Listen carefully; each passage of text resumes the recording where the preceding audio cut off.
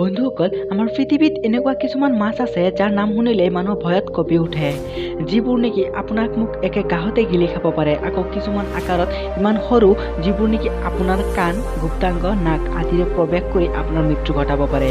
আকৌ কিছুমান এনেকুৱা মাছ আছে যিবোৰৰ বিষ নেকি এটা অঞ্চলৰ পানীৰ লগত যদি মিহলাই দিয়া হয় আৰু সেই পানী খোৱা সকলো মানুহৰ মৃত্যু হ'ব পাৰে। ইয়াৰ উপৰিও এনেকুৱা কিছুমান বহুতো মাছ আছে যিবোৰৰ বিষয়ে নেকি আজি আমি আলোচনা কৰিম। তেন্তে বলক ভিডিঅ'টো আৰম্ভ কৰোঁ।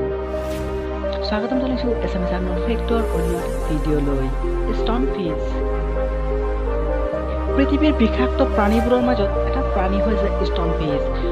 পানীৰ মাজত এই মাছবিধক চিনাক্ত কৰাটো প্ৰায় অসম্ভৱ, কিয়নো এই মাছটোক পানীত পৰি থকা অৱস্থাত শিলৰ নিচিনাই লাগে। এই মাছটোক এছিয়াৰ ইণ্ডো-পেচিফিক নদীত পোৱা যায়। যিহেতু মাছটো দেখিবলৈ প্ৰায় শিলৰ নিচিনা, সেইবাবে ইয়াৰ নাম দিয়া হৈছে ষ্টন ফিছ। এই মাছৰ ভয়ংকৰ বস্তুটো হ'ল ইয়াৰ শৰীৰত থকা বেজীৰ দৰে জোঙা জোঙা কাঁইটবোৰ। যদি কোনো ব্যক্তি ভুলবশতঃ এই মাছটোক স্পৰ্শ কৰে বা ধৰিবলৈ চেষ্টা কৰে, তেনেহ'লে মাছটোৰ শৰীৰত থকা কাঁইটবোৰ মানুহৰ দেহত বা স্পৰ্শ কৰা ঠাইত সোমাই দি বিষ প্ৰৱেশ কৰাই দিয়ে আৰু মানুহটোক যদি লগে লগে চিকিৎসা কৰোৱা নহয়, মানুহৰ মৃত্যু ঘটিব পাৰে। ইলেক্ট্ৰিকেল ইল এনেকুৱা প্ৰাণী যি নেকি নিজৰ ৰক্ষাৰ্থে চিকাৰীক ভয়ানক বৈদ্যুতিক শ্বৰ্ট দিব পাৰে। এই মাছ চিকাৰ কৰিব গৈ নিজৰ চিকাৰক 860 ভল্টৰ বৈদ্যুতিক শ্বৰ্ট দিব পাৰে। এবাৰ ভাবি চাওকচোন, মাছ এটাই কিদৰে নিজৰ শৰীৰৰ পৰা 860 ভল্টৰ বৈদ্যুতিক শ্বৰ্ট দিব পাৰে। কিন্তু এই মাছ ইমান ভল্টৰ বিদ্যুৎ ক'ৰ পৰা আনিব পাৰে?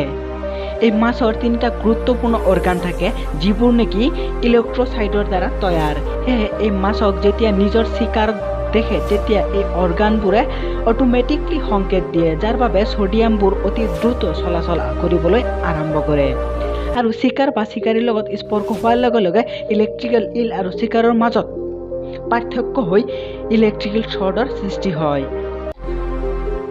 তো বন্ধুসকল, ভিডিঅ'টো চাই কেনেকুৱা লাগিল? যদি ভাল লাগিল তেনেহ'লে চেনেলটো নিশ্চয় ছাবস্ক্ৰাইব কৰিব, আগন্তুক ভিডিঅ'ৰ বাবে নটিফিকেশ্যন অল কৰি দিব আৰু কমেণ্ট বক্সত নিশ্চয় জনাব ভিডিঅ'টো চাই আপুনি কেনেকুৱা পালে।